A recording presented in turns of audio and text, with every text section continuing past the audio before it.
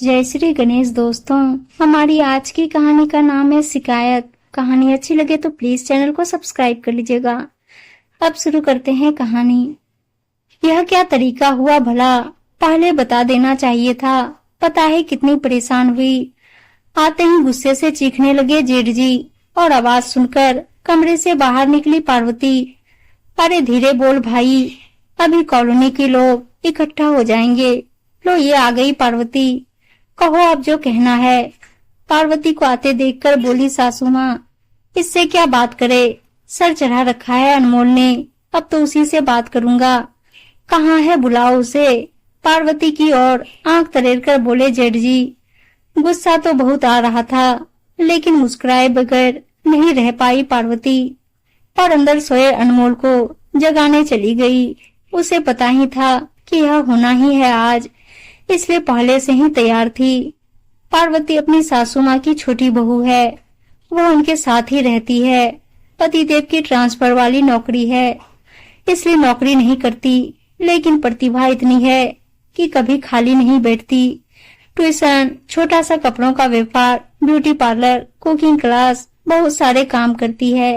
लेकिन सासू माँ की नजर में जेठानी जी की ज्यादा इज्जत है, क्योंकि वे सरकारी नौकरी करती है, इसलिए साथ न रहकर भी उन पर दया भी करती है और मदद भी।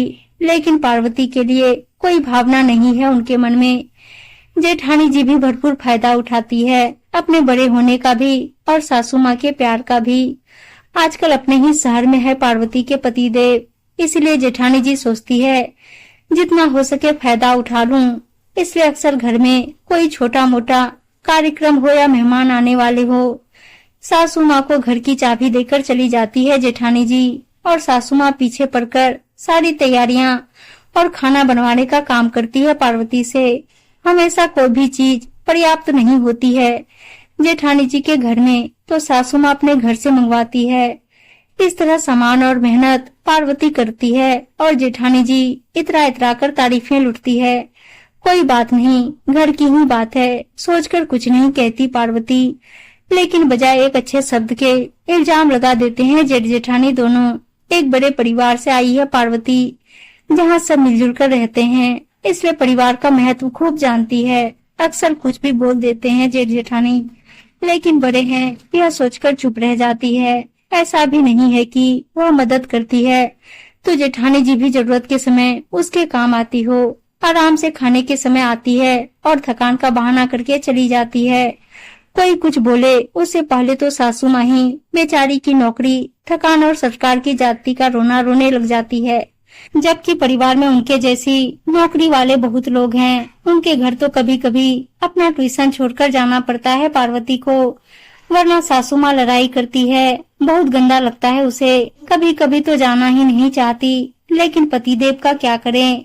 लक्ष्मण जी का अवतार जो ठहरे, भाई भाभी के खिलाफ एक शब्द नहीं सुनते। शिकायत पार्वती भी नहीं करती, लेकिन मदद हो या रिश्ता एक तरफ से कब तक निभेगा। पिछली बार भी बेटे की बर्थडे पार्टी रख ली घर में और सासू माँ को चाबी देकर स्कूल चली गई जेठानी जी। सुबह से शाम तक डेकोरेशन, खाने की तैयारी, साफ सफाई सब कुछ किया, पार्टी भी हो गई। बस घर के लोग और ननद के परिवार का खाना ही बाकी था। जेठानी जी फोन पर किसी से बात कर रही थी और सब इंतजार कर रहे थे, इसलिए पार्वती खुद ही उनके कमरे की ओर चली गई बुलाने। क्या करूं, दुनिया भर के भूखे लोग मेरे ही हिस्से आए हैं, कुछ हुआ नहीं कि खाने आ जाते हैं। मेरी देवरानी और उसका बच्चा तो ऐसे खाते हैं जैसे सदियों के भूखे हो। नौकरी नहीं करती ना, इसलिए सलीका भी कहाँ से आएगा। इसलिए मैं भी ज्यादा मतलब नहीं रखती, कुछ काम हो तो बुला लेती हूँ। खाने के बहाने तो काम कर जाती है। हंसते हुए बात कर रही थी जेठानी और पार्वती को लगा जैसे गर्म शीशा डाल दिया हो कानों में। जैसे तैसे खुद को संभालकर दस्तक दी दरवाजे पर और बगैर कुछ कहे खाने का इशारा करके लौट आई। तभी चली जाना चाहती थी वहाँ से, लेकिन दीदी के परिवार के सामने तमाशा नहीं करना चाहती थी। ऐसी परिस्थिति में जिसने सहा हो वही जानता है कि गले से निवाला कैसे उतारा जाए। खैर जैसे तैसे निपटा कर आ गई, लेकिन अब ठान लिया कि कभी नहीं जाएगी वहाँ। खाने के लिए तो बिल्कुल नहीं। कल फिर कुछ था, वैसे ही उसे तो कभी कुछ कहती नहीं जेठानी जी। सासू माँ को ही चाबी और ऑर्डर दोनों देकर जाती है। कल भी कहकर चली गई और सासू माँ एकदम से हरकत में आ गई। वैसे तो कोई काम नहीं करती सासू माँ, पार्वती करवाती भी नहीं, लेकिन ऐसे समय में विशेष रूप से एक्टिव हो जाती है वो। यही देखकर समझ आ जाता है कि कुछ है। भनक तो लग गई थी, लेकिन अनजान बनी रही, क्योंकि उसे अपनी सहेली के घर जाना था, इसलिए चुपचाप तैयार हो गई। कहाँ जा रही हो? जल्दी आ जाना, बेटे के घर खाना है शाम को। उसे तैयार देख सासू माँ ने कहा, आप लोग चले जाइएगा, मैं और चिंटू बेटा कहीं और जा रहे हैं। मेरी सहेली के बेटे का जन्मदिन है। पार्वती का उत्तर था, क्या तुम चली जाओगी तो काम कौन करेगा? ये क्या बात हुई भला? घर का कार्यक्रम छोड़कर दूसरी जगह चले जाए। माँ जी बड़बड़ाई, उन्होंने मुझे तो कहा नहीं था माँ जी, नहीं तो बता देती। मेरी सहेली ने तो सप्ताह भर पहले से बोल रखा है। ठीक है, मैं चलती हूँ, आप उन लोगों को फोन करके बता देना। कहकर बच्चे के साथ निकल गई पार्वती। उधर फोन तो लगा नहीं और शाम को लौटे पति पत्नी। तब तक सिर्फ दाल चावल भिगो पाई थी माताजी। यह क्या है, अभी तक कुछ बनाया नहीं। पार्वती कहाँ है? आते ही गरजने लगे, जेठ जी अपनी सहेली के घर गई है, यहाँ नहीं आ पाएगी। कोई बात नहीं, हम दोनों मिलकर बना लेते हैं अभी, धीरे से बोली सासू माँ। पता नहीं क्या इशारा हुआ आंखों ही आंखों में और कमरे में घुस गए दोनों। कुछ देर बाद बाहर निकले और तुम घर जाओ माँ, आज का प्रोग्राम कैंसिल, पूरा मामला ही बिगाड़ दिया तुम्हारी बहू ने। जाओ, अब कुछ नहीं बनाना, गुस्से से बोले जेठ जी। लेकिन मैंने तो 10-15 लोगों के हिसाब से दाल चावल भिगो दिए हैं। अरे कौन से चावल लिए, आपके घर से लाए या हमारे ही बिगाड़े? दौड़कर रसोई की ओर जाते हुए बोली बड़ी बहू, और दाल चावल देखकर ऐसे रोने लगी जैसे सब लूट चुका हो। आप जाइए माँ जी, हमें सबको फोन भी करने हैं मना करने के लिए, वरना आ जाएंगे तो खिलाऊंगी क्या? रोते हुए बोली बहू और चुपचाप अपने घर चली गई माँ जी। आज उन्हें भी गुस्सा आ रहा था कि अगर खुद नहीं कर सकते हैं तो दूसरे के भरोसे ऐसा आयोजन रखना ही क्यों पड़े। शाम को पार्वती लौटी तो राह देख रहे थे पतिदेव और सासू माँ से। पूरी बात जानकर अजीब लगा, लेकिन इससे पहले कि पतिदेव कुछ कहते, उसने अपना पहले वाला अनुभव सुनाया कि कैसे जेठानी जी फोन पर उल्टा सीधा बोल रही थी। सासू माँ को तो अब भी विश्वास नहीं था, लेकिन पार्वती ने यही कहा कि ऐसा नहीं होता तो कम से कम आप दोनों को तो खिलाते। पार्वती कभी इतना बोलती भी नहीं थी, इसलिए विश्वास करना ही पड़ा दोनों को।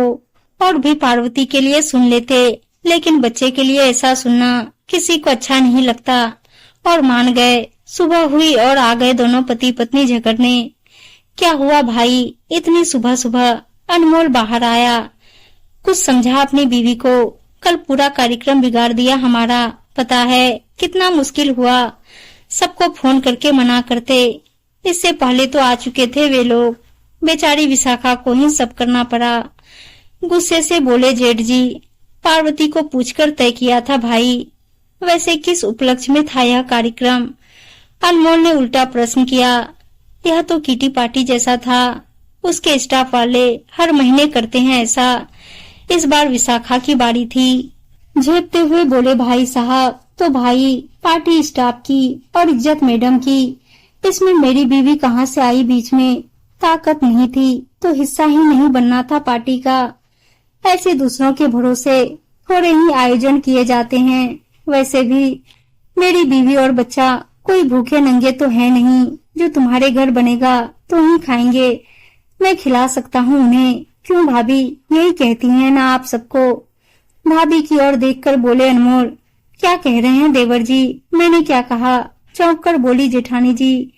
पिछली बार आप फोन पर बात कर रही थी, वो मैंने सुन लिया था भाभी। मैं तो इसलिए मदद कर देती थी कि चलो परिवार है, लेकिन आपको सिर्फ अपने काम से मतलब था। खुद ही देखिए, कल काम नहीं हुआ तो अपनी सास को भी नहीं खिलाया आपने। बाकी तो बहुत दूर है, और कुछ नहीं तो बाहर से नाश्ता लाए थे, वही खिला देते। माँ ही थी आपकी, कितना खा लेती। छोड़िए, यह आप माँ बेटे और बहू की बात है, मेरी नहीं।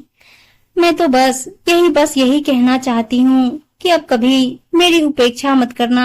ना खाऊंगी ना खिलाऊंगी, बहुत निभा लिया, अब नहीं, कहकर वापस अपने काम में लग गई पार्वती। गलती पकड़ी जाने पर कुछ बोल नहीं पाए जेठ जेठानी और चुपचाप चल दिए अपने घर।